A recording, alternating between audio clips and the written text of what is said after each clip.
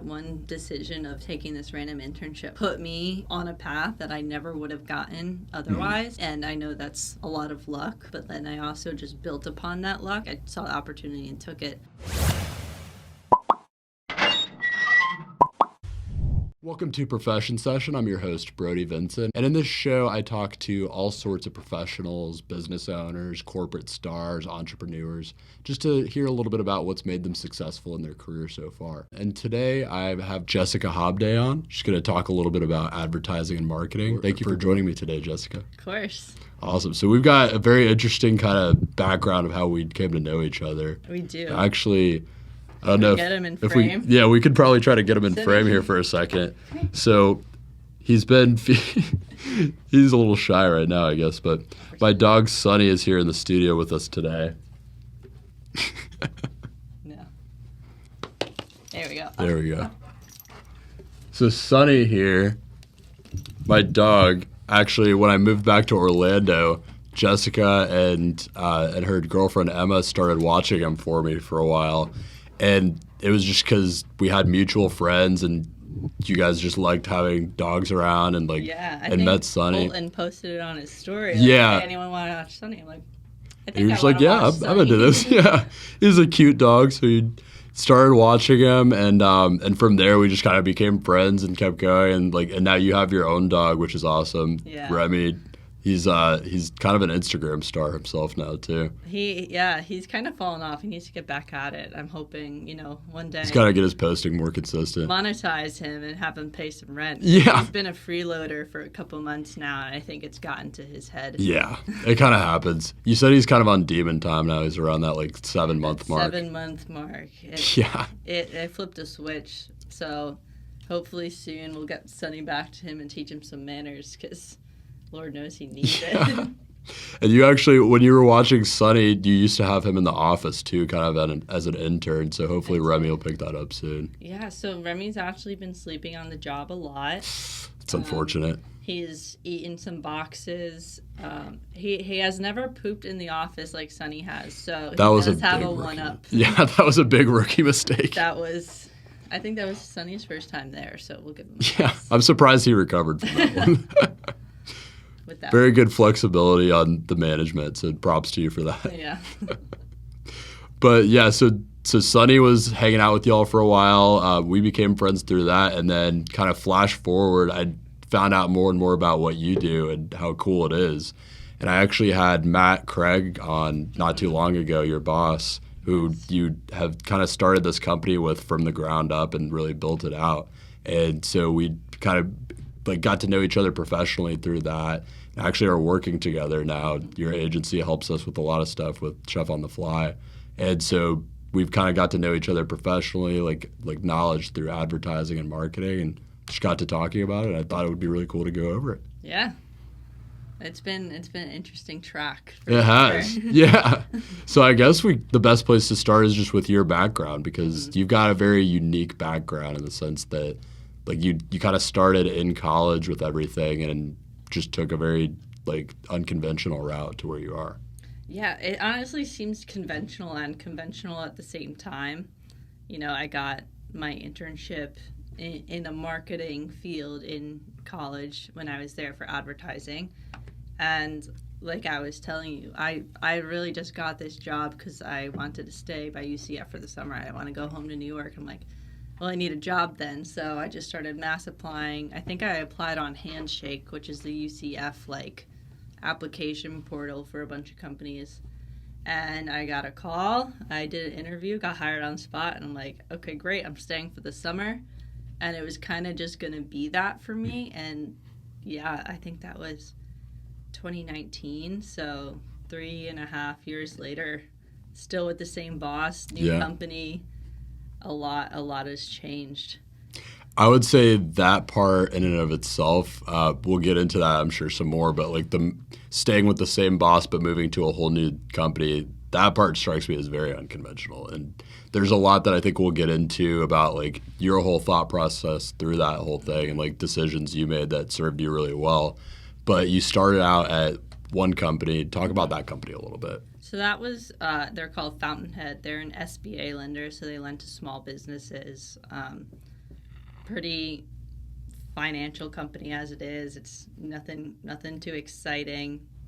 I just had a little cubicle, went to work, and honestly, the first couple months I didn't have much to do. I was just like browsing on my laptop. That first job, you kind of try to look busy. Yeah. So I honestly hated that. I hated trying to pretend to be busy. So that's why it was kind of just going to be a summer job for me. But I ended up staying because of Matt, because anytime he'd have some kind of idea, he just really pulled me in, which was nice. And I was like, okay, hands-on experience. This is a decently easy job for the moment. So I stayed throughout I guess it was my junior/senior year, because I graduated that year early.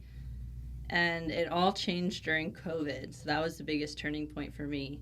And while most people lost their job during COVID, like they were a lender, and if you know PPP loans, they were a PPP lender. Big PPP program going on during COVID. So they were a PPP lender. So not only did I keep my job, I was working like 12-hour days, and I mean I had nothing else to do. So I was fine with it, but we talked a little bit off air. Sorry to interrupt there. We talked a little bit off air about how during COVID you really, really ramped things up, and you feel like that was kind of this pivotal, like, transitional moment of, like, massive growth for you. Yeah, so I had no choice but to, well, I guess I had a choice, but no choice but to work. Like, there was nothing else to do at the time, so I was like, hey, I may as well make money.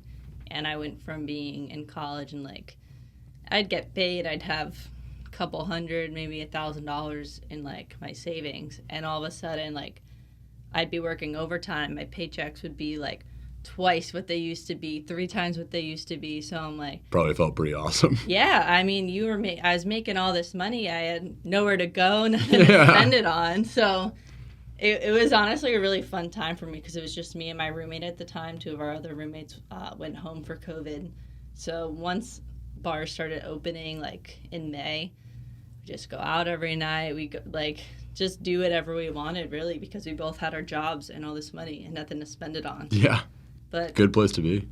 Yeah, and that's where I learned a lot of stuff I don't use now, but also that was a time where my boss was thinking of starting his own thing, because prior to that, we were going to do like an agency within that company for brokers, and during all that craziness, he's like, I don't want to be tied to anything. Like, we're going to start our own thing. And that's what led us here. And it was basically the 2 of you with that company acting as like the marketing department. Mm-hmm. So Kelly was there as well with us now. So she was there. She joined a couple of months after I did as like a video editor and a little bit of dev stuff. And so you're going along through that company. You're learning a lot and working more than you ever have before. And then eventually, as I know the story goes, Matt has the idea to do his own thing. Talk about that a little bit, because like we were talking about off air, that was a really pivotal moment for you. Yeah, so as great as like the COVID time was for me, and like obviously that out of context doesn't sound great, but like with work, it also had a lot of struggles because we were a lender and so many people were depending on this money. And I was, I think, 20 years old at the time, getting emails and phone calls of people like so desperately like panicking for this money. And like one email I got was from someone, and he was like, I can't feed my family, like we're gonna lose our home. And I'm like, I'm 20 years old, so I had a couple breakdowns as well. And that's what kind of like, I was even telling my boss, I'm like, I don't know if I could do this anymore. Like, it was a lot on my shoulders at the time. I would talk to one of my professors who was in PR. I'm like, I don't know how to handle this. And she would give me some advice. But ultimately, it was either you stay or you walk. But I stayed, and then we both walked. So that was kind of a point where we both were feeling the same thing. What do you think kicked in for you in that moment that, like, kept you there? Because that 20 years old, going through such a stressful time, I feel like most people would have caved right there. But what do you think kicked in for you in that moment? I think it was a belief in Matt, and we kind of had those conversations of starting something new. And I was really excited for that. It seemed a lot cooler to like just go work with him, someone I knew, someone I trusted, than to try to just find a job in the middle of COVID. I knew if I walked, it would be a pretty tough time. And I weighed those decisions because I was making so much money. I'm like, I have a substantial savings to live off of, but I don't want to like diminish that. Yeah. So I kind of just stuck through it a couple months. And I think we started Plente officially in July. So it was from like March to July that like really tough time. Yeah.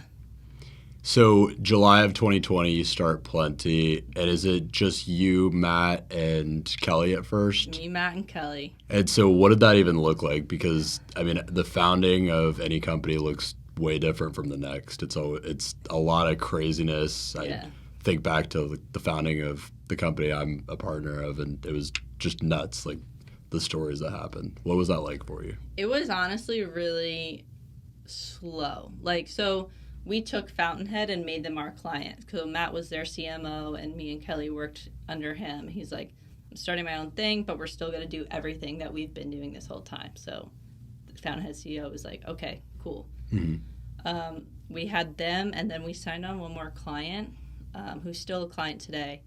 But it was a big learning curve in the beginning. And like I was saying, Matt was always the type of person, if he could do it quicker himself than teach you how to do it, he would just do it. So I honestly had no work at first. And like, for a while, I was like, oh, cool, I have no work to do. Like, I'm getting paid, no work. But obviously that didn't last too long. He was like, hey, I'm going to make you guys contractors. Like, business wasn't taking off. Obviously, it was still tough times for everyone. So a lot of companies weren't looking to, like, sign retainers at the time. Mm-hmm. A lot of uncertainty. Yeah. Right? Especially with, like, a brand new company. Yeah. Of 3 people. So, yeah. So it was in that moment where I had to also decide to walk or to stay. And I searched around a little bit. I did a couple interviews.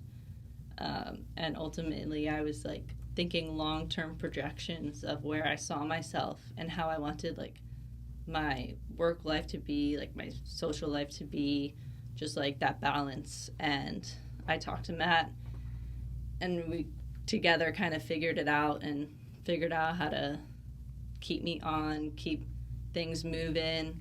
And I think we were made contractors maybe in, like, October or something. And by April 1st, I was back full-time. Nice. Yeah. Okay. I want to go back to a little point that was in there that I think is a really great point, is that you went and you talked to him about just what you felt like you needed in your life and in your work-life balance. Mm-hmm. I think that's such an important point for anyone in their career who is reporting to anyone, a manager, a boss, is just having that transparency and making sure they understand what you need as an employee or like whatever position you're in to be able to function correctly and be happy in your job. Just that transparency can go so long. Mm-hmm. And so many times I feel like the lack of that transparency in certain situations can lead to, unhappiness on both sides probably, just because there's no communication and neither side knows what's going on with the other. But just having that transparency, like in your example, he was able to figure it out with you and figure out something that worked for you. And then here you are, like way later, having worked through it, and it worked out. Yeah, and honestly, I think like we have a really great relationship. I'm sure most people don't have as like close a relationship with their boss. Like, I know I'm lucky in that aspect, but I've never had to like really lie to him. Like, there were times where, you know, I wanted to go to the gym. Like, I go to classes and I had to leave at 3:30, and I'd be like, oh, I'm going to this, like, the 4 o'clock gym. As long as stuff gets done, he really doesn't care. He's the same way. He leaves, comes back. If we have things going on, it's always a pretty transparent relationship. And that's something he kind of built the company on, even with, like, working with, like, pay structure. We're kind of in the middle of starting, like, a revenue share. So any profit left over at the end of the month, like, gets circled around. He's like, I want the employees to know what's going on. Like, that motivates everyone. Yeah. If you're doing well, you're gonna get something for it. So I think, like, having that transparency works in everyone's favor. Yeah. And yeah, the move up from contracting to full time was really just me deciding what I needed to do to make myself valuable to him, because we were using a CRM system and it was new for all of us. And basically what got me to full time was me owning that CRM, figuring everything out, going through the trainings, like doing their whole academy. And to this day, he still needs me to tell him, like, what we can and can't do there. Because, like, that was my thing. Mm-hmm. And I'm like... This is your point that you wanted to make about becoming irreplaceable, right? Yeah, so... Talk about that a little bit. I think something that stuck with me was when Matt told me, he's like, because I know I'm irreplaceable for him, and I don't mean that in a cocky way. I think especially in marketing and just in career, the best thing like to do is like to humble yourself. I'm irreplaceable because I make his work life easier. Mm-hmm. And I make his work life easier because I know that his time is more valuable than mine. Mm-hmm. So if I could take things off his plate and like let him clear his schedule, that's valuable to him. And he told me one day, he was like, you're not valuable to me like for a skill. He's like, you could be the best graphic designer there is, but you being able to take things from me and figure it out is way more valuable than being the best at something. Yeah. You just need to, like, I always say, like, I can't describe my job in a few words. Like, I would always say, I figure shit out for a living. I just figure it out. Everything I do, I just have to figure it out. I used to spend half my day on like support with the CRM because it was just figuring it out. So I think being irreplaceable is humbling yourself. If you're under someone with a lot more experience than you, and if like they pass things to you, you're valuable by freeing their time. They're better than you. Their time's more valuable for you. Doesn't matter how great you think you are. I know that. So being able to humble yourself and learn things by yourself. So I'll only ask him for something if I tried and I can't figure it out, or I know that him giving me an answer will take 10 seconds. Yeah. Whereas if I had to figure it out myself, it'd take 30 minutes. Like, it seems like a weird thing to say, but not bothering, but not putting extra stuff on someone and being able to take it off instead is probably the most valuable thing you could do. Well, from the perspective of being a business owner myself, we have employees and people that help us with things, that is hitting on exactly what an employer is looking for. I mean, that's a really good point, is if you are an employer that is bringing someone on to help you with anything, it's because you need help with something. So the more that you can literally just make yourself help and take time and stress off of your employer's plate, that's literally exactly what they're looking for. And that does really make you irreplaceable. If you're someone that can consistently show that they'll figure stuff out and do what it takes to do it on your own, and you're self-sufficient. You were really making yourself completely self-sufficient. Yeah, and that's literally how I got to where I am. That's why I continue to move up in the company. It's not because I know all this great information, because everything I learn is through him and through figuring stuff out. I'm not the best copywriter. I'm not the best advertiser, but I make myself available and I could get things done. Yeah. And that's something, especially in an agency where there's so many moving parts, you need someone to own it and figure things out and just make sure things are getting done. Tactically, what does that usually look like for you? You'd mentioned being on the phone with customer support a lot. What about like the research process? Where do you usually start? It depends. So with the CRM, now we have 2 more clients that both use different CRMs than what I've been working on for the past 2 years. So it's training videos. You just Google this, like HubSpot this, and you have all the articles, videos.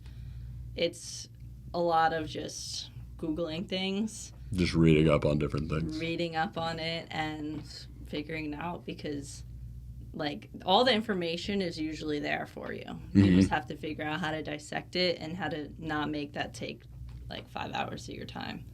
One thing that I've been amazed with so much with working with y'all, like actually like on a weekly basis and like having our calls and everything, is how hands off you make everything. And I think that's because you have that mindset as like yourself and as a company, is just figuring it out and just providing value where you're supposed to be providing value. I've been really amazed at that. So like pat on the back to Plente and you and Matt and everything. Like it really is like you guys will just figure it out and do it. And I think that brings so much value to your own career trajectory when you take that mindset, is because you're learning so much that you literally just have so much internal value for anything that you're trying to do.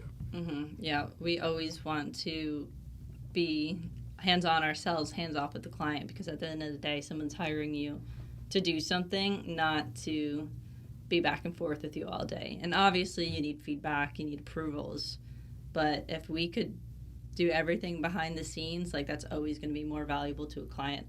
To this day, we've never lost a client. Wow. So I believe it, having worked with you. So it's something we've figured out. Like we're not going to go to someone for something we don't need. Yeah, I love it. So another thing, kind of going forward a little bit, I wanted to kind of structure this as going through your various positions, because we mentioned kind of in passing that you have been able to move through the company. Going back a little bit, you're first kind of just starting out with the beginning of Plente. I think you said you were a copywriter or something at first, your position, but you had made that decision to just make yourself irreplaceable. Like you're locked in, you're an employee now, and you know that you're going forward and staying there. What does the first transitional period look like for you at that point? So, yeah, I started as a copywriter. It was kind of just the tasks that you got to do them. It was making the social media posts, and there wasn't a lot of thought behind it. It was like just get things out there. Once I think the next role, I was a content manager. That's when I started like... I think that might have been when I met you. I think I remember seeing that you were a content manager. Yeah, it probably was, because that was a pretty year and a month or so. So that was more being a little bit more hands-off. We started to have more help with other people. We've had employees come and go, but making sure that deliverables were met, that things were clean, that things were getting done the way they're supposed to. If the client asked for something, I was delegating who had to do what. And that's kind of also where I've moved now, and director of operations. I still forget my title sometimes. Because that's a fairly new title for you, right? Yeah, so that's fairly new. And I still do some day-to-day things. Obviously, everyone's got to like do the work, but a lot is delegating, checking, making sure things are met, and taking all those pieces and putting out like the product. Like, did delegating come naturally to you? I'm guessing the answer is no, because it doesn't really come naturally to most people, but also because you had begun by positioning yourself as this person that's going to just figure it out and do it on your own. And that mindset is hard to overcome sometimes if you're so used to just doing it all, like just getting it done. Yeah. What were some of the challenges and how did you overcome them? So I was never like a tell people what to do. I honestly, like for the first couple months in that position, or like in my career, I was totally okay with being a task doer and just doing what I was told to do and being happy with that. It kind of switched when I realized that wasn't going to get me anywhere. So I'm not someone who likes to tell people what to do or like be in control. I'm a very like, if you want to plan something, I'll go along with it. Like I'll have my input, but yeah, it kind of hit me that I was like second in line in this company, and if I wanted to grow my skills and actually stay in that second in line position, the path was there. You just had to figure out how to adapt to it.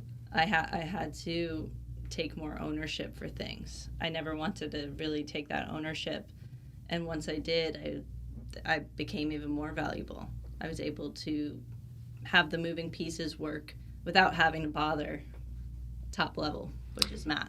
Is that something that still doesn't necessarily come natural for you, or have you felt yourself fall into that more and more naturally? It's definitely become a lot easier for me.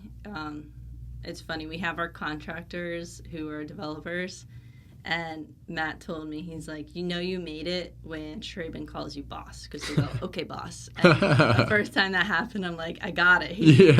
I'm boss now. And then our other developer, Nick, he's like, you got it, boss. I'm like, okay, I got this. Like, it's just being able to communicate well and keep on track of everything, keep on top of everything. Yeah, it's gotten a lot easier.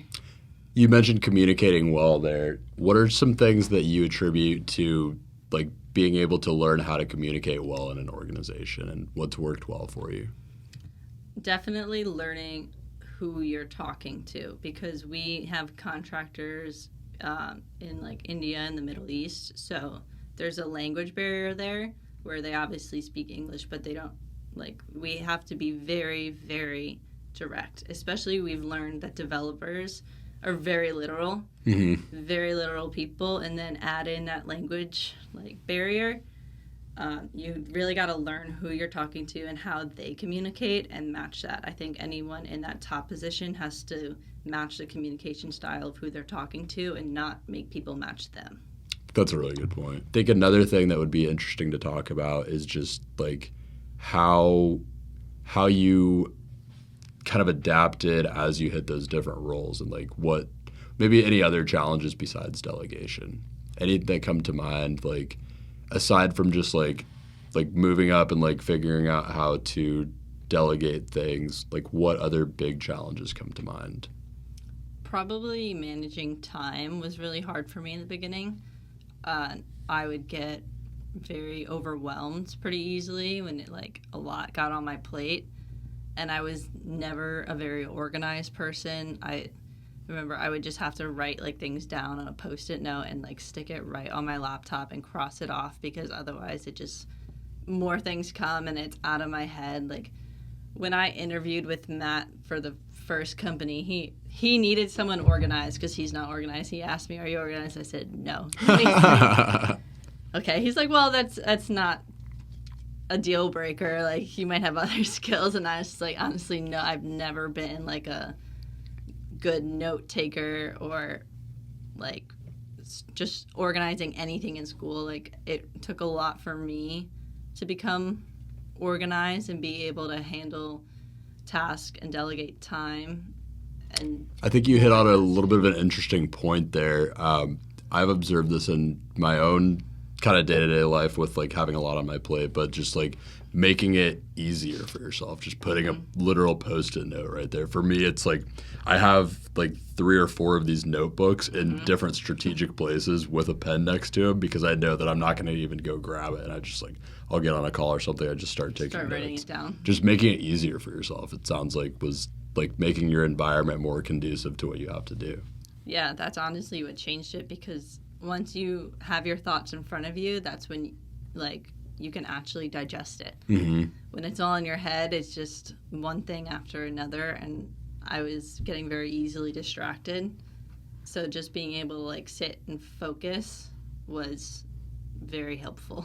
Yeah, I think that's an important point for anyone like in your position where you're wearing so many hats. In a small business, especially if you're like in management or like where you're at, like the various different positions you've had throughout it, you're wearing so many different hats and having to cover so many areas, figure out so many things. It's very essential to figure out that organization. Yeah, whenever people would ask me, like, they're like, okay, you work in a marketing agency, but what do you do? I'm like, a lot. How much time do you have? Yeah. 'Cause I could go over it, but I don't know how to condense it. And that's why I told you, like, I would say I figure shit out for a living. Yeah. I just figure it out. I don't know how to describe exactly what I do, because I touch a lot of different things. Yeah.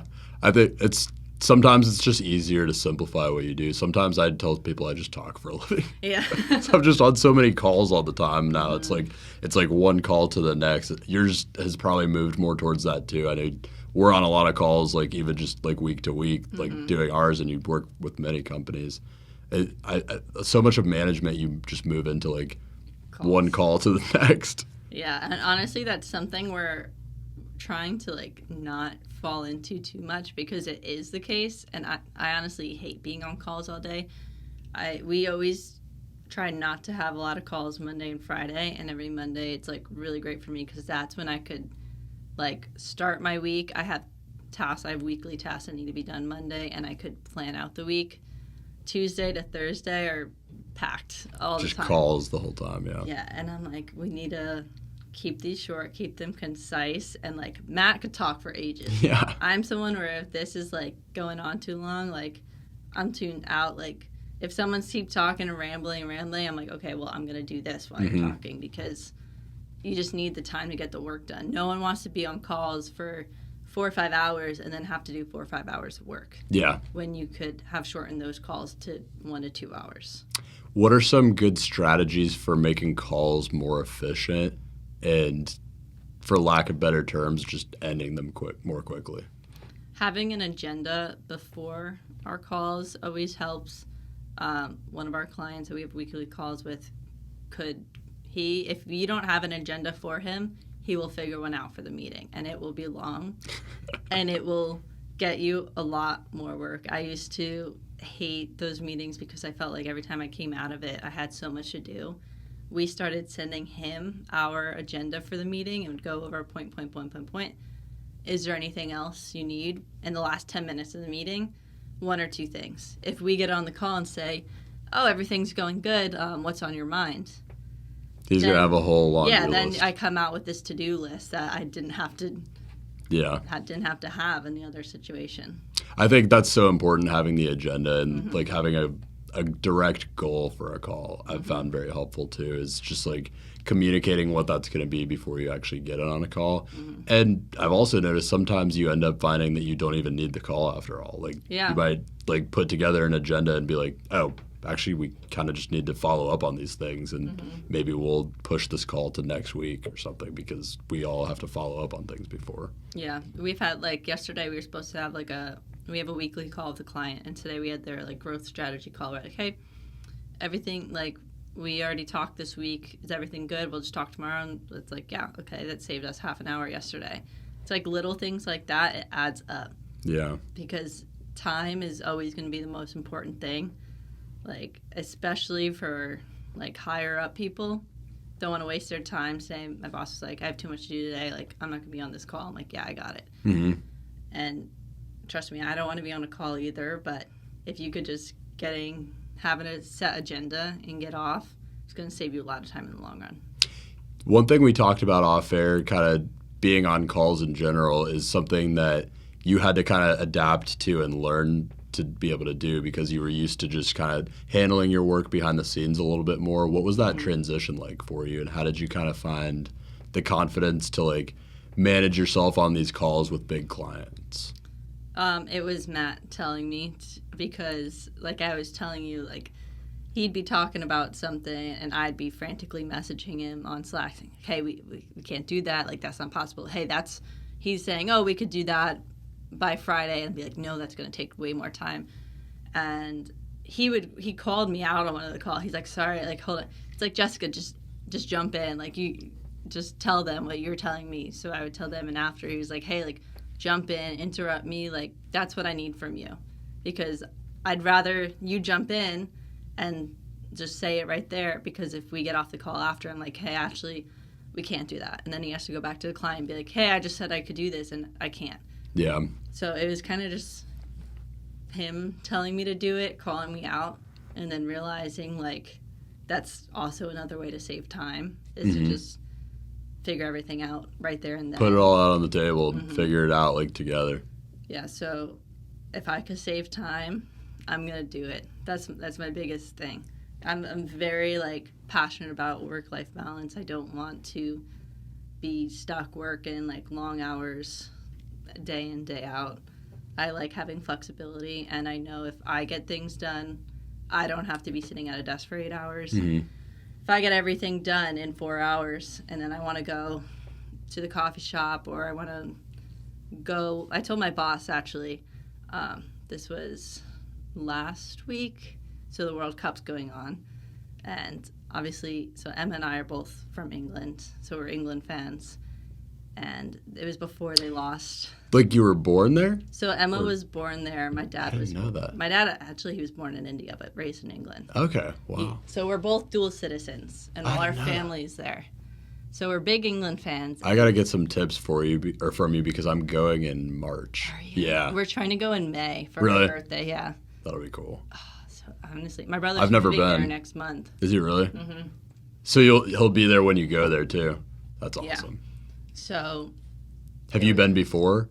To England? Yeah. Yeah, so we used to go every year for Christmas because all our family's there. Nice. Haven't been. So I was actually there for a layover in 2020. My brother and I did a Europe trip the week before COVID closed the borders. Oh so we actually had to come home a day early. At least you made it back. Yeah. People got like stuck. Yeah, so we made it back and we got the trip. So we flew into London but had like a 6-hour layover.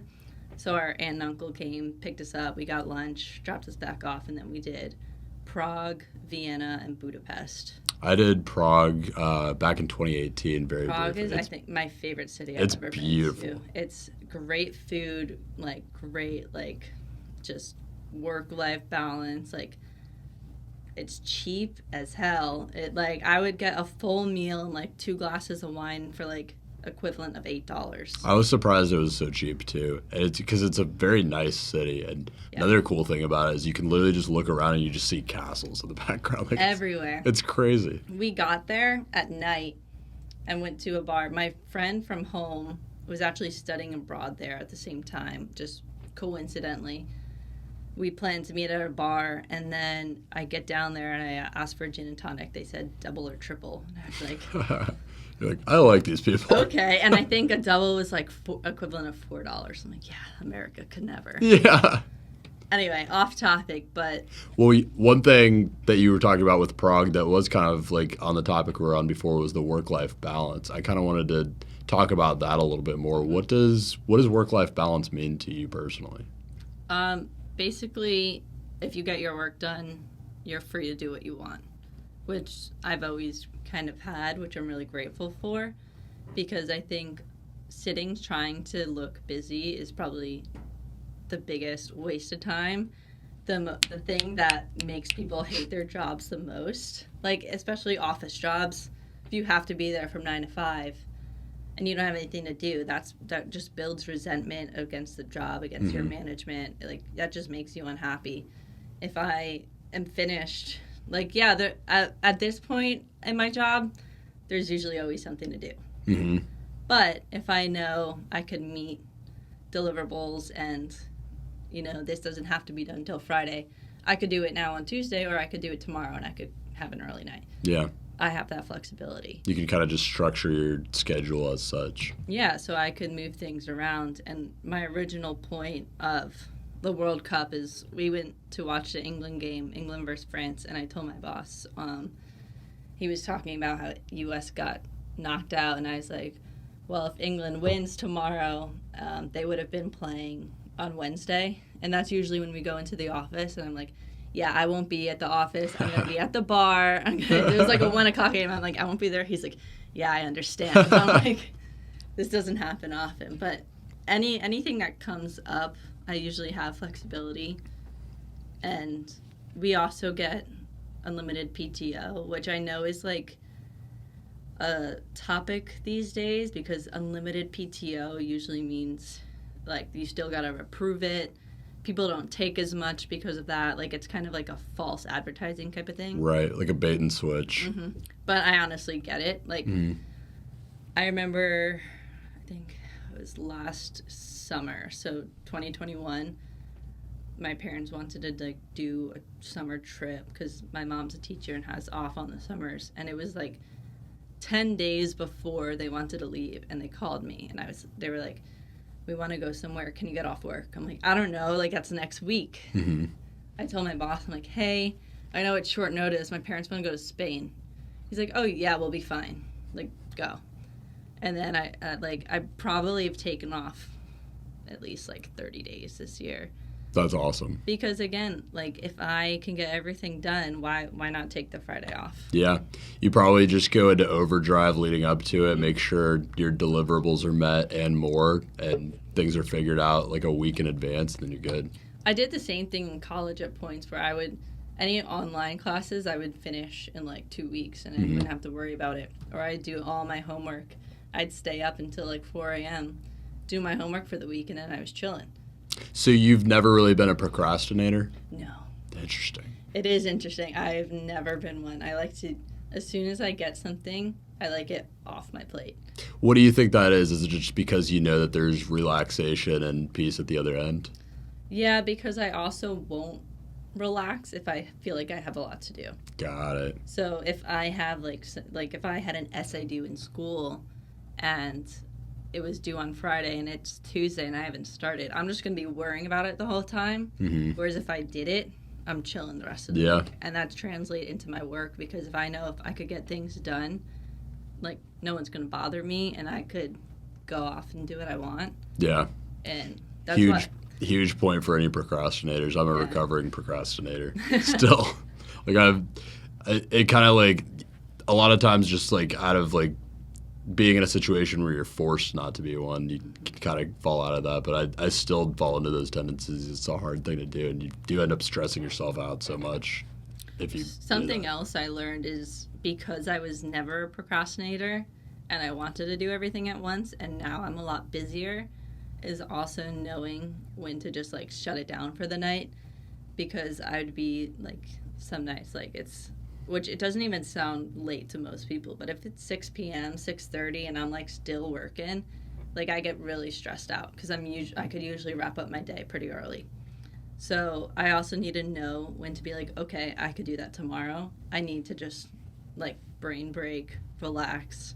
And that took more work for me to be able to actually just like forget about it and relax. Yeah, it sounds like it didn't really come easily to you. No. That's such a struggle, as not that you're the business owner, but you're a very high level operator in your business now, especially. And so you kind of, and especially because of that, you always have something to do. You could always be working on something and are incentivized kind of to always be working on something. So that's a very difficult thing for someone in that position. How have you been able to overcome that and work on that? A lot of just forcing myself, kind of, which isn't the best answer, but I would also see that if I try to do a task when I was already like over it, tired, stressed out, like it would just take me longer. Like my head's not in it. So I'm like, if I keep pushing now, I'm like gonna get frustrated. It's gonna take me an hour or whatever. Or I could come up, write it down. First thing I do tomorrow, knock it out. Writing it down is a good idea. Yeah, so everything for me comes down to time management and like managing my time, because again, I very, very appreciate my free time and being able to have that flexibility. So if I know that something's going to take me 2 hours now or 30 minutes in the morning, like, yeah, I might have an easier day tomorrow, but I'm wasting time. Everything is a pros and cons for time for me. Why do today what you could put off till tomorrow? That's kind of like it's funny because it's like counterintuitive in this case. That's kind of like a procrastinator's thing. And you almost had to learn how to be a procrastinator in certain situations, how to like know when to turn that on because you wanted to get everything done. Right. What have been some other struggles that you've had with just having such a heavy workload and managing that? Obviously, I'm sure stress is one that comes to mind. Like, how do you manage stress? Taking little breaks, just fresh air, being outside, taking Remy out, just like being able to shut it off for however many minutes. Like, I'll literally just like lay down for 10 minutes and that'll kind of like give me a reset, which is also why I love working from home, because you have that flexibility to do that. But I do the same thing when I work from home. It's so funny. Like, it'll be like 2 p.m. I just got off of like 3 crazy calls and just have no brain cells left. Just go lay down for a second, like 10 minutes. After calls, pretty much always do the same thing. Yeah, calls could be draining because it's literally like, especially if you're like in management and you're like very responsible for what's being talked about on the call. It's just like you're on for an entire like hour or two, just like leading a call. It can be very exhausting. Yeah, even a lot of the calls that we have that like I don't even necessarily lead. I need to be taking notes. I need to be like, because we're gonna throw out ideas with these clients. I'm like, okay, well, someone's got to keep note of this. We're gonna go back on this, and we're gonna be like, oh, what was that thing you wanted to do, or what was that website you told us about? So it's just keeping on top of things is a lot, and calls are very draining. Yeah. So being able to just like step out, shut it down for a little bit is very useful for me. Another thing I wanted to go back to that you had said you wanted to cover is we have kind of like covered it in passing, obviously, but the concept of starting out your career in a small business versus a larger corporation. That's obviously the path you took, and we were talking about it off air about how you feel like that was a really pivotal choice that you made, whether you knew it why it was at the time or not, why it was such a big thing for you. I would like to hear kind of your thoughts on that and why starting in a small business you think is a better way to play it. Yeah, so my biggest advice to anyone is A, being in a small business, and B, trusting your direct management, and which is obviously a lot easier in a small business because in a big corporation, your manager is probably managing 20, 30 people, and you're probably not as important to them. The small business for me, originally I had the thought of graduating, going back to New York, getting a big job in the city, playing that lifestyle. Everyone's like, New York City. It's a very glamorized idea, right? Very, like very advertising in New York. Yeah, which at this point I know would have been a bad choice because I think I would have been in some sales job that's labeled as marketing and making $30,000 a year and commuting because I can't afford the city. So the biggest thing about small business is I think people have it backwards. So they think big business, tons of avenue to grow. I think you have a lot more avenue to grow in a small business because I was never promoted into a position. I made the position to get promoted into. And I was telling you, from March of this year to November, I've had 3 raises because I was able to make myself better use in the company. And I actually calculated, I think from the start of the year to now, I'm making 40% more. Wow. Which is kind of unheard of. You can't do that in a big business. No, you can't do that in most places. Usually, if you're in a big business, your annual raise is probably going to be between 3 to 5%. Yeah. So which 3%, you're just meeting inflation. Exactly. You might not even be actually getting a raise per se. Yeah. So in many cases. And I was driven, and that also made me more driven. I've had 3 raises to now equal 40% more. So I knew, hey, I do better. I take on more work. I learn more. I'm going to be compensated for it. So why would I not want to do that? So that just reinforces that cycle. You're going to just put more and more and more into what you're doing. Exactly. And my boss loves that. He wants everyone to be self-motivated because that's only going to help him. It's only going to help the business. So if you're going to do that, he's going to make sure you're happy, because if I kept doing more and more work and I wasn't getting paid anymore, I was going to be like, well, what am I doing this for? Yeah. I could just be chilling on the couch. Yeah. But I know that everything I do has a purpose and it's going to lead me somewhere, whereas I think it's just so difficult in big corporations. You are going to start out as a number, and you're kind of just on survival mode instead of growing mode. Yeah. And you could be on a team of 14, 15, 20 people, and there's one promotion available on the table, and it's just everyone competing for that, rather than like you said, counterintuitively kind of just creating the position for yourself. Yeah, usually that's not the direction people go. It's usually a position opens up and you want to get that position. Whereas I've kind of been able to create the position for myself because I see the downfalls that we have, and then I make sure that I get the skills to fill those gaps. What do those conversations look like between you and Matt when you have kind of this idea that there is this new position that needs to be filled, that you kind of thought through and have recognized, and you want to move it up into it? Is that him kind of recognizing that you've leveled up, or is it usually you recognizing it? Sounds almost like it might be more you recognizing it and kind of conveying that. So we actually have like quarterly check-ins, which is super useful for both of us because it gives us both a chance to be like him to say, this is what I could really use from you, and me saying, from last time, like we chatted like this, here's what I've been able to do. And that's usually when I would get either like a title change or a raise or whatnot. I think quarterly is so much better than yearly. Oh, yeah. It's yearly so often in big organizations. It kind of blows my mind. Because they don't have the time to talk to everyone. But it's a check-in for us, and it makes us both more aware of like where the company is heading and what we both could use, because at this point, and he's also very clear where he doesn't want me overworked or like burned out, because at that point I wouldn't be any use. Yeah. So it's a very mutual conversation. Now that we've like added a lot of clients, some big retainer clients, that's when we had our last talk, and I was like, hey, he said we might have to think about hiring, and I'm like, I'm okay with taking on more of this responsibility if I get paid more. Yeah. Like it was kind of a very direct conversation. He's like, I'd rather pay you more than have to hire someone else. And he's like, I just don't want you burned out. As long as you tell me if it's becoming too much, like, we're good. So we sat down and we talked, and it's always a negotiation. Like, he's never going to come to me and be like, yeah, I'll bump you by $1,000. Like, he's very realistic.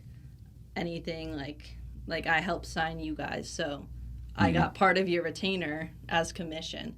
It's always been a very fair and like transparent like work environment, and it helps us both because I know what is expected of me, and he knows what he can expect of me, and it lines up. And that just goes to show that what we talked about earlier, just having that transparency and communication between boss and employee is so important because of that. Like, he's getting exactly what he wants, you're getting exactly what you want, just because you're telling each other what you want, and you can find a way to compromise, meet in the middle. And it's a big thing, especially when it comes to salary negotiations. And one thing I didn't know was how heavy business tax was, because he would sit down with the payroll and be like, yeah, I'm paying you this much, but it's costing me this much. It's crazy. And I was thinking, like, we have these many clients with this like level of retainer, like we're making so much money, like why is payroll like hard sometimes if people don't pay on time? And he kind of like laid it out for me. So it helps my expectations, because if you don't know that, if you think your boss is making $1 million and you're not getting paid well, that's going to also cause resentment. Exactly. But if you know this is the profit that the company is making, and this is how much you're getting, this is how much I'm getting, like, then you can work it out. Everyone's happy. Yeah, just that transparency on both sides is so important. Another thing I wanted to talk about, because you've become more and more involved with this, we talked about off air, is just like thoughts about scaling the company. I'm curious, like, what your talks are like when you get into just talking about like the future of the company, how you think about scaling up. So this is something I have to drill into Matt a lot, because he'll run retainers by me. So if we're signing a client, he's like, I'm gonna write it up and I'm gonna send it to you. And something like we hate doing as a company is social media. We think it's very difficult to do well, and to do it well takes a lot of time and effort. So we like signed two new clients recently, and they wanted social, but he had them at like 5 posts a week on every channel. I'm like, look, that's so much work. I'm like, I'm very hesitant to do anyone over 2 posts a week unless they're paying us like a lot, $5,000 just for the social aspect, because at that point, yeah, it's worth it, and you could hire extra help if you need it. So that's where I come in a lot as like an operations person, is I know more so what takes the time and what takes effort, because when he's higher above, like, yeah, he obviously still does a lot of work, but he's also on a lot of calls and delegating things, and may not know, like, oh, if I give like, I told him, like, these 2 retainers are severely underpriced. Like, we got to be charging way more, or like take stuff out. And he's like, well, like, these 2 are just not profitable the way we need them to be. Exactly. So another talk that we had about fixed costs was, with these retainers, we're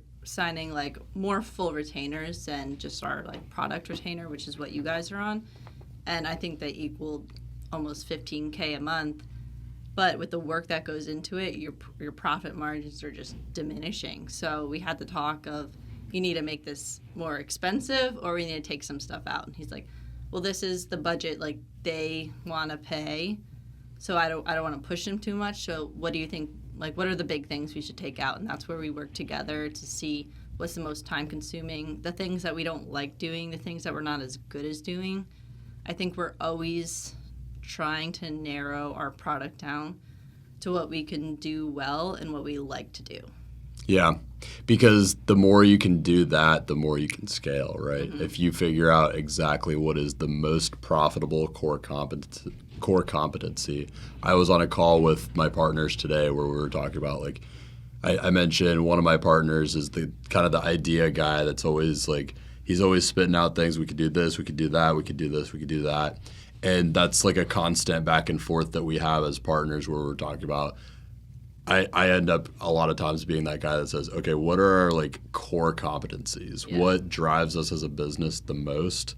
And we've got to stick to those. We might take on a new venture, not to say we don't, but if we're thinking of this new venture, we always have to think, is that going to take us too far away from that core competency? Mm-hmm. Especially with signing people, what we found is, if you're going to offer one product to them, they're likely going to need you for a lot more.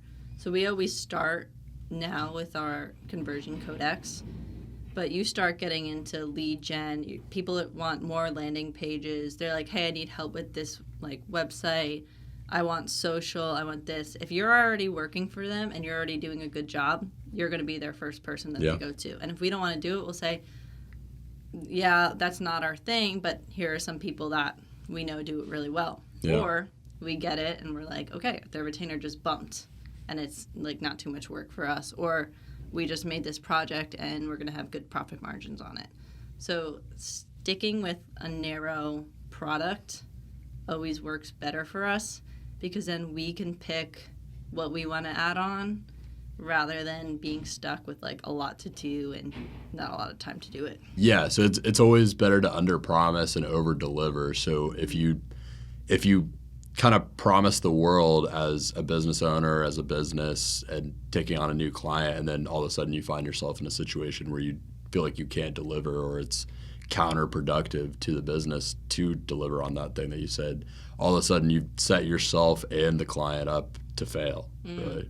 Whereas if you approach it from like, hey, we're going to focus on this one really small thing and we're going to do that very, very well, you can always build on that. Right. If it makes sense too.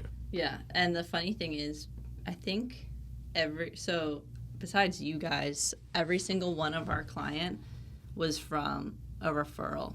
And I guess you're kind of in that aspect too, but our clients, some of them also work together too in different aspects. And we were on a call today and it was like, oh, we're talking to blank from this company. He's like, he's like, wait, you guys work for him? He's like, yeah, we're the marketing guys for them. He's like, that's so fucking crazy. Yeah. Like, if you do one good job for one person, they're going to tell their buddies, oh, you need a marketing guy?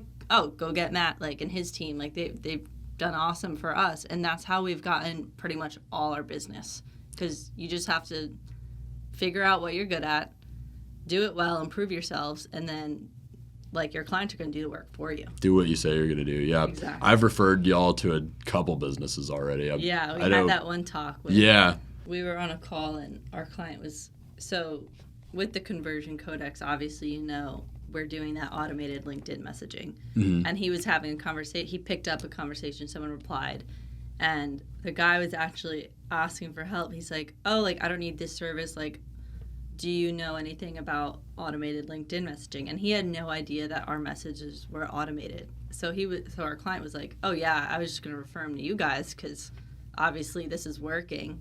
So everything that we've been able to do is pretty much word of mouth and just people referring us. But yeah, I mean, I feel like the point there is a really good one is that good businesses kind of just build themselves like that. Like, you shouldn't have to be really like pounding the pavement hard to get business development in check if your business is just a good business that builds on itself. Obviously, you're going to want to run ads and do different things and for your business development to really scale it, but that the referral and word of mouth and service-based businesses that's how it's done.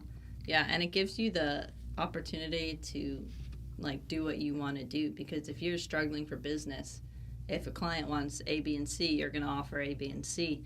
Whereas if like we've had points where like, hey, we don't want any more new clients right now. Like, we're onboarding too many clients. Like, we need to get them settled. And we've told clients like, yeah, we'll work for you, but we're going to push you a month. Mm-hmm. It gives you so much more like control, and like everyone likes having that control in their business. You don't want to have to feel like you have to do this to make ends meet. You want to be able to do what you want to do when you want to do it and know that you're doing a good job. Yeah, and just having that authority coming from that place of like honesty. I'm sure there's probably been clients that or potential clients you've talked to where you're just like, this might not be the best fit. Like, we might not be the agency for you with like your needs and what we're trying to provide.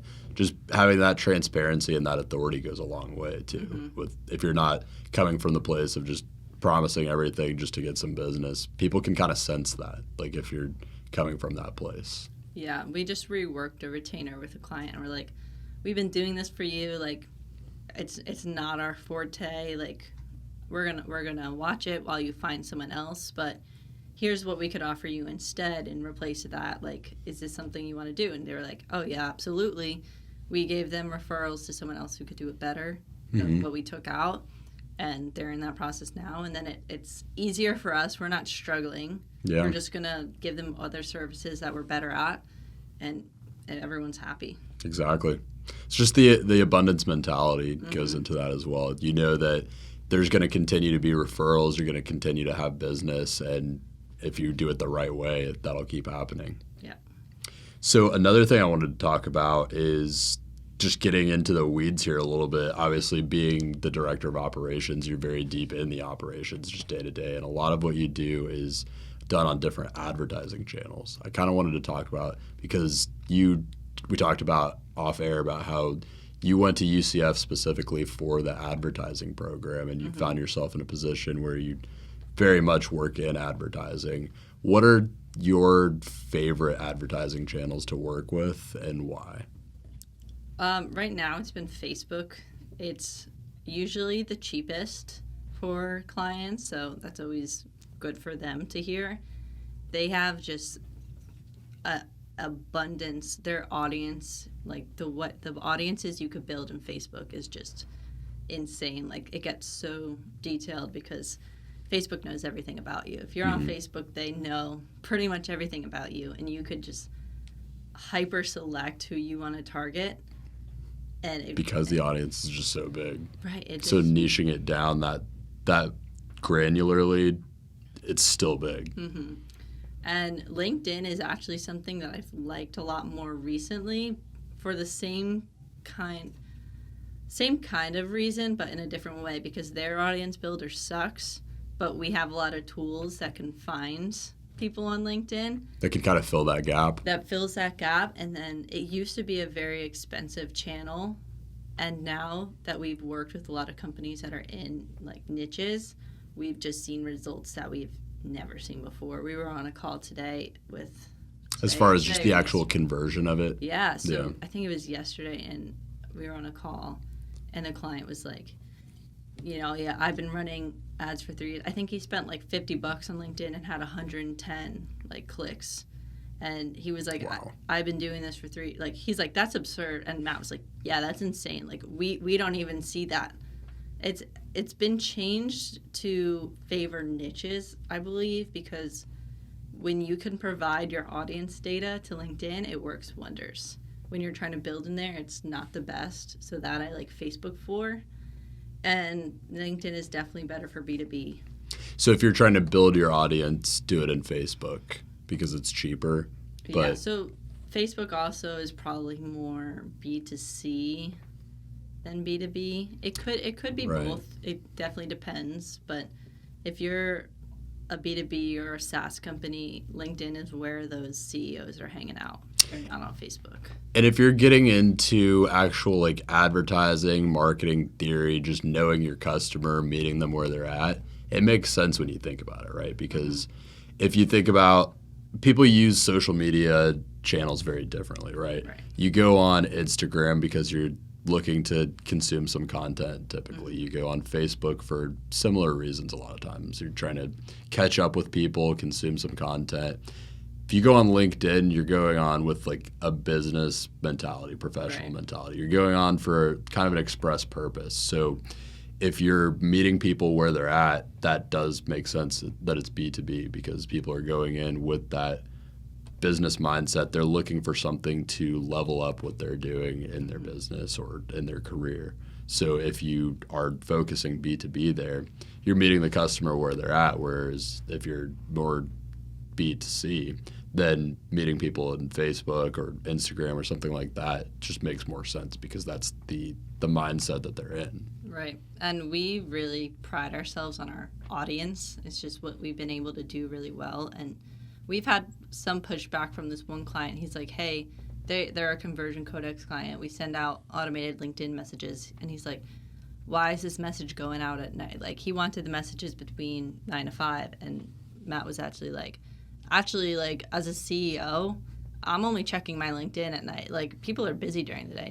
No one's going to be responding to your message at 3 p.m. Like, they're busy running their business. Yeah. So it's just knowing little things like that really gives the competitive edge. It's why we put so much research into the audience and, like, have those 2-hour calls with the clients. Like, we need to understand everything about them because little things like that is what's going to get you those replies and those contracts or those demos booked. Yeah, understanding your audience to like a really granular degree. The term that you guys always use is ICP, your ideal customer persona, and it's interesting because you've helped us develop multiple different ICPs, and I've felt like through that process we've understood what we're doing a lot better. I think there's a really good point in there about just really understanding as a business owner, someone working in a business, understanding your audience and who you're actually looking for, because you might be trying to like develop your business and grow your business, but have no idea what you're actually looking for. Right. So an interesting point there that I wanted to kind of go into a little bit more is you had this point that we talked about off air about this kind of, I would almost call it like a seesaw of like figuring out where you need to be on it, of like whether the client wants to do too much or too little research. Yeah, that's what I was actually just going to lead into, because audience building is something we spend a lot of time on. That's our like main research point, because if you can build your audience, the copy, the creative, that's going to take you way less time. Whereas if you're skimping on the audience, then you are thinking like hours in, like, well, what type of terminology do they use? What type of platforms are they using? Like, it just delays the work, whereas you could get the bulk of it done and everything else comes easily. But we've definitely run into clients who I was telling you want to just start, and we're like, hey, we don't even know who we're targeting yet. Like, you're just going to waste your ad money at that point. Or we've also had clients that we've given like 4 revisions to, and they still find something they don't like. And we're like, okay, well, now you're wasting your retainer money because you hired us to do a job and you're not letting us do it. Yeah. So I definitely say audience building requires the bulk of your research. The rest is always like, once you get ads up, it's test optimized, because we might think something's going to perform really well and it does terribly, no clicks. Or one thing we're like, hey, let's test this, and it's the best performing one. Then from there you could be like, okay, well, let's take this copy, use a different creative. Let's like this creative, switch out the image, switch out the heading. And the way I've seen it in action with the way y'all do it, it's not A/B testing. It's like A through Z testing. It's like you throw everything out and see what sticks, grab the thing that's stuck, make it better, throw out a bunch of versions of that, and just keep making it better. And like getting like really granular here, like we've seen you be able to like get our acquisition cost of like the customer basis that we're going after down consistently just from doing that, like the testing and optimizing. Yeah, so I think yours is still around in the 90-something cents mark. Which is crazy. Yeah, like if you went to any business and said, hey, pay me $1,000 and I'll give you 1,000 customers, they'll be like, can I give you 10,000 for 10,000? Like, can I do this? Mm-hmm. Like, can I go take out a loan for the entirety of this bank's deposit? Exactly. Yeah. And we've also had different companies, like their acquisitions can be a lot different. We have a company that they came in with a like 270 CPA, but to that cost was still worth it to them, and we got it down to like $100. And if you could do that really well, they will take your word on anything. And even if you want to try something out and it doesn't work that well, they're like, dude, I don't care. We have a $100 CPA. Like, you brought it down $170. We're saving so much money. If you want to try something, go do it. Yeah. It gives us a lot of freedom, and it just builds trust right off the bat. We're like, hey, we could do this job. We're going to show you that. That way, you know, if we propose one copy thing or one image that's not exactly what they're used to, they're going to be like, okay, go do it. We're not going to get pushback. We're not going to go through a bunch of different revisions, and that makes our lives easier. That makes their lives easier, and it's kind of just how we've found ourselves working. I love that. Do you have any hot takes on different advertising channels right now? I know you talked a little bit about Facebook and LinkedIn and how like your opinion and like use of them has changed a little bit from an advertising perspective. Any kind of like hot takes of like research, like very like cutting edge research that you might be into, or like just things that you're starting to see change maybe? A big thing for us was, I think it was like iOS 14 update, and people could opt out of a lot of tracking, and it absolutely ruined a lot of marketers like conversion tracking, because they could be all over your site and you not know it.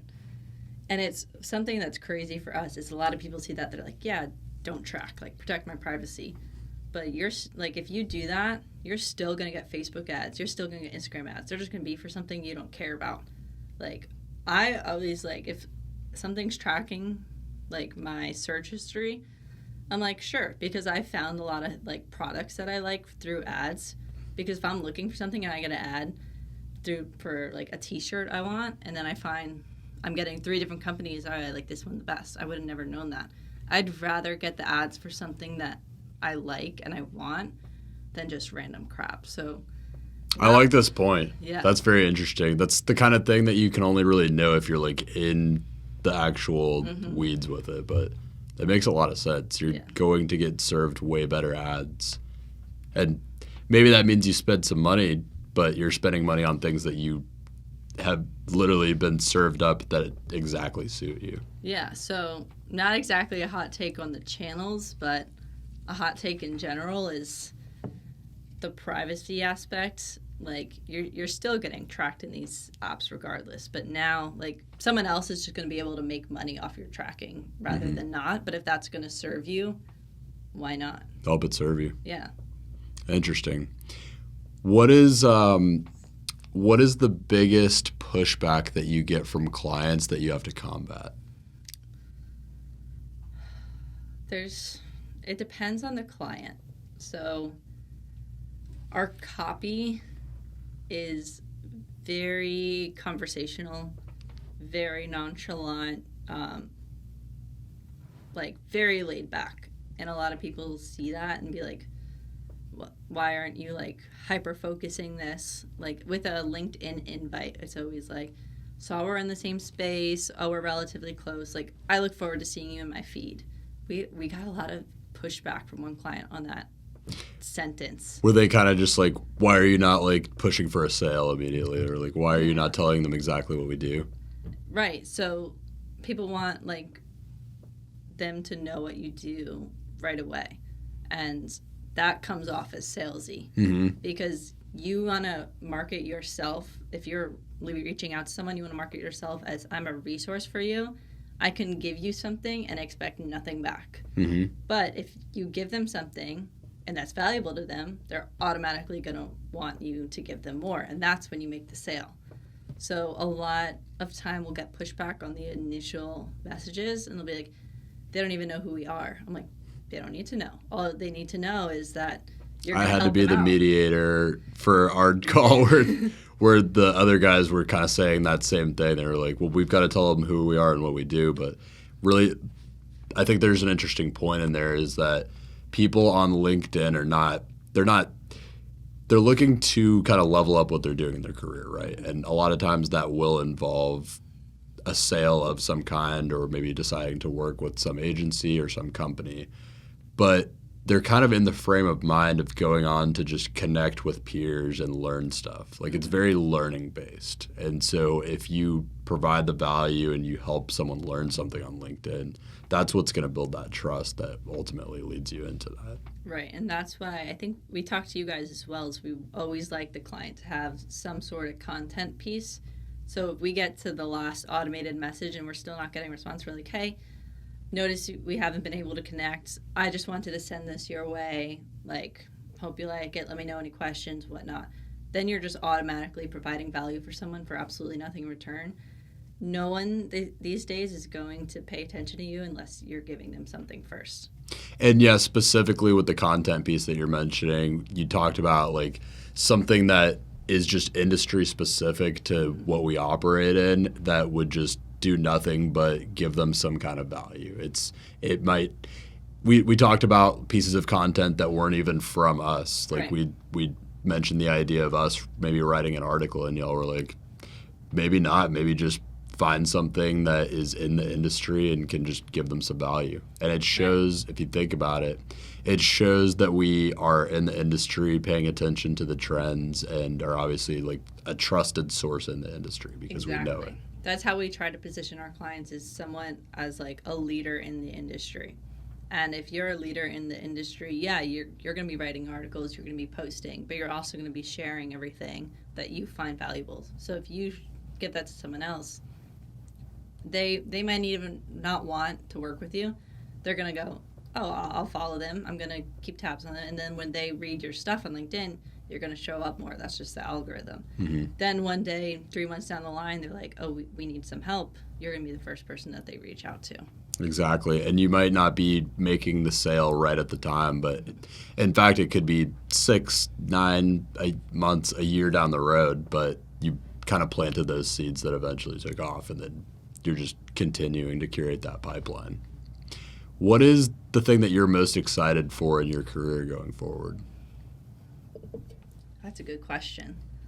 I honestly don't even know where I see myself, like, down the line. It's probably hard in your position because I'm sure if you went back and asked the version of you, like, a year or two ago, like, what you thought of, like, the position you would be in, I doubt you would have, saw yourself as advanced as you become. Right, yeah. So you've grown so quickly. Exactly, and that's why I always said, like, that one decision of taking this random internship, I'm like, it just put me on a path that I never would have gotten otherwise. Mm-hmm. And I know that's a lot of luck, but then I also just built upon that luck. Like, I saw the opportunity and took it. But as far as going forward, I just like being in the conversation of where the company sees themselves going and how to grow.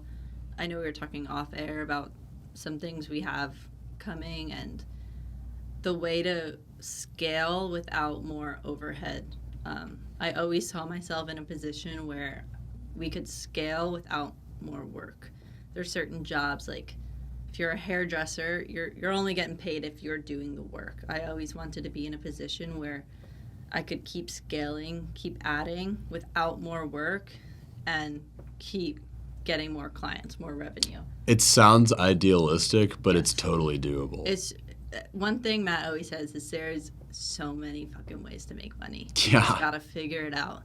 So it just takes creativity, really. Mm-hmm. So, I mean, we have a couple things that we're excited about, and I'm just, when I hear those, I want to be in the conversation. I want to be like, okay, well, what do you need from me at this point? I know, like, oh, if we're heading this direction, where are the skills that I need to be vital? If the company's going this direction, what skills do I need to get right now that I could help when we pivot? So anticipating those changes before they come and kind of pre-preparing yourself to be able to meet those needs. Yeah. So really what you're doing there is you're thinking of like the next season of the business, right? Mm-hmm. You're thinking of how you want that next season to look and just kind of working backwards almost from what that's going to look like and doing the things to prepare for meeting that seasonal need. Right. So everyone's goal at the end is to get the most money for the least amount of work, right?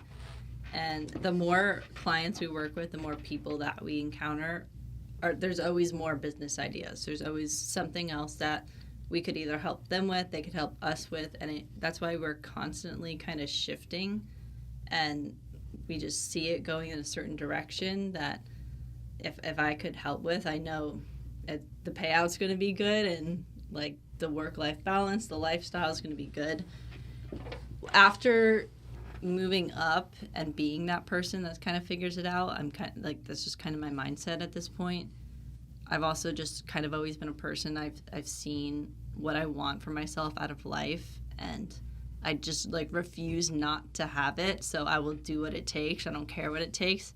I've tried like other like small business ideas, like I've tried side hustles. I have some that like I think of and I want to like pursue and just keep my lifestyle going the way it is, because when I see my life, like there's no way not to achieve it, and I think that motivates me, because I'm like, there is no plan B. Like it's plan A or nothing. I love that. I was just writing down the fact that that's going to be a clip. So another thing I wanted to talk about is kind of going on another little tangent here, but this is something we had talked about off air that we wanted to cover, is having moved up to this position of being in management, you've kind of learned and saw, and you heard this stat that you wanted to talk about the 90% of work. Yeah, so I don't remember if it was a video. It may have been Gary Vee.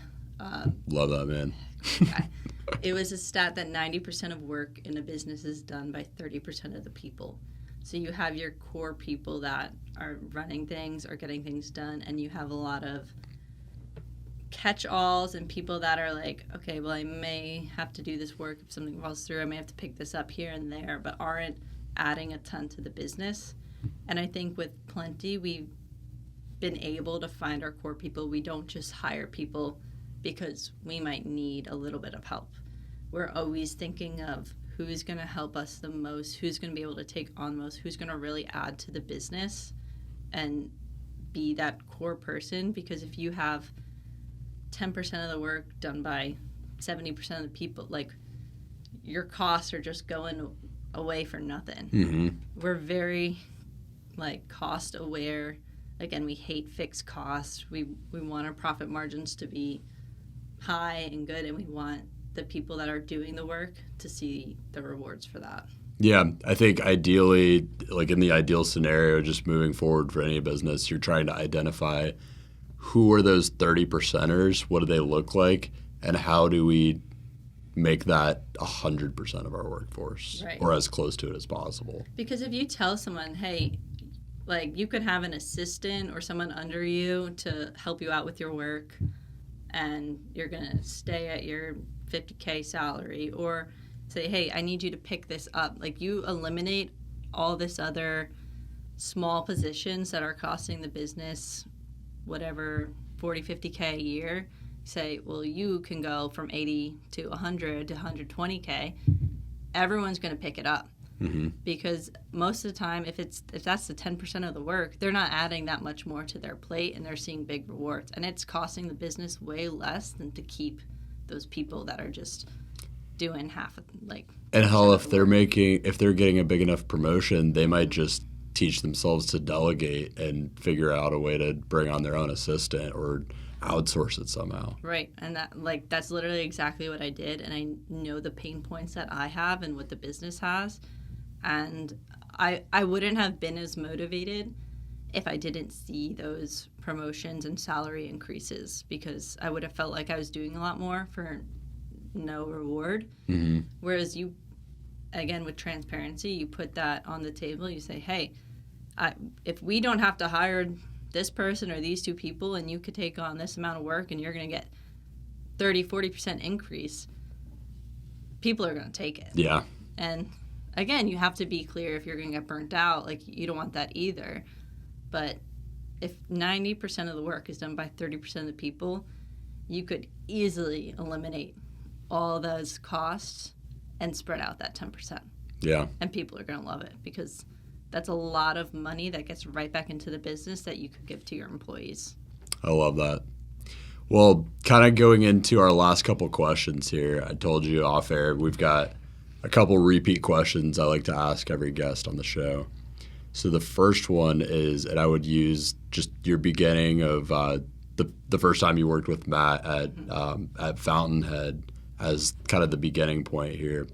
But if you could go back in time and just talk to a younger Jessica as you were starting with Matt at Fountainhead, having the wisdom and the knowledge that you have now, what are a couple things you would tell her to do differently? See, I thought about this, and I don't have too much that I would do differently. I think the main thing is, I mentioned in the beginning, I was very okay with being a task doer, whereas it took me a while to get that kind of hustle. I would have kind of changed that off the bat. I would have wanted to not have to act busy at work or try to put in some hours here and there just for like optics. I would have kind of taken control earlier on, because the second I did that, it was just like exponential growth. But besides that, like, I'm just happy with the way things went and where it's going. Yeah, clearly it worked really well. Yeah, like, I know a lot of people can't say like they love or they like their job or they have that freedom with the work-life balance, and I feel really lucky to have that. That's awesome. I love that.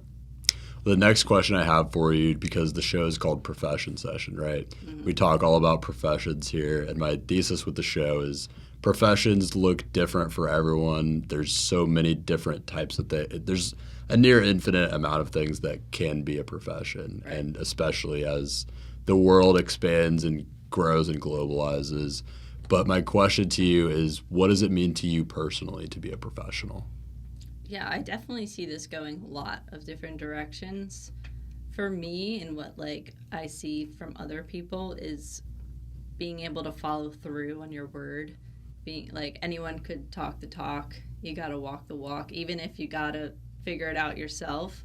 Just being able to deliver on what people expect of you, and even if you can't, being transparent about that. It's kind of all about honesty. It's about what you can provide to people or yourself, and making sure that if you say something, it's going to get done. Yeah, I love that. Well, Jessica, anything else you would want to leave the audience with? This has been an insanely enlightening conversation. Yeah, it's been long. Yeah. Besides the fact that Sunny is one of the greatest interns Plente has seen, yeah, it would probably just be to hustle. And I don't even say hustle like hustle culture, because I feel like that's also gets kind of a bad rap, yeah. Glamorized thing, where my hustle is not working 10 hours a day. My hustle is figuring out the ways that I could work 5 hours a day and still get the same amount like of efficiency and output done. I like that. My hustle is enjoying life, having a work-life balance, and not hating my job to pay bills. The hustle comes in figuring out how to do that. Right. Because it takes creativity, it takes a lot of research, it takes a lot of like self-reflection, so many things to be able to figure that out. So the hustle is putting in that work to figure out how to set yourself up the right way. Yeah, just to be valuable and to, again, stay humbled in the fact that if someone's above you, they're above you for a reason. Obviously, there's exceptions to that, but the best way to be valuable to someone above you is to free up their time. That's what I learned, and I don't see any way that that's incorrect. It's taken you very far. Yes, and everyone values their time. Time over money. Yeah. That's what they say. The richest people will pay absurd amount of money just to save themselves time. Like, it just goes to show that time is everything, especially for business owners. And if you can find a way to make their lives easier and free up their time, like, you'll see the reward for that. I love it. Well, thank you so much for coming on. This has been awesome. Thank you for having me. Honored. Sure, we'll have to do it again because that was a great conversation. There was a lot. Hey, in like 8 months, we may have a completely different conversation to talk about. So that would be a great thing. That means the company has grown that much. Yeah. Or your company might grow that much as well. Fingers crossed. I mean, with this partnership we got going, I think it's going to happen both ways. Perfect. Well, thank you again. And this has been Profession Session. I've been your host, Brody Vinson. My guest has been Jessica Hobday of Plente Agency. And we're going to go ahead and tune out there. Thanks so much for tuning into Profession Session. Stay tuned for new episodes every week and short clips of deep dives into specific topics that I put out on different social media channels. We could be found on YouTube, Instagram, LinkedIn, Facebook, TikTok, all major podcast platforms. You can find my guest in the details of this video or podcast. And if you happen to know a young standout business owner, professional, or entrepreneur that you would think would be a good fit for Profession Session, DM me or get in contact with me anywhere and just let me know.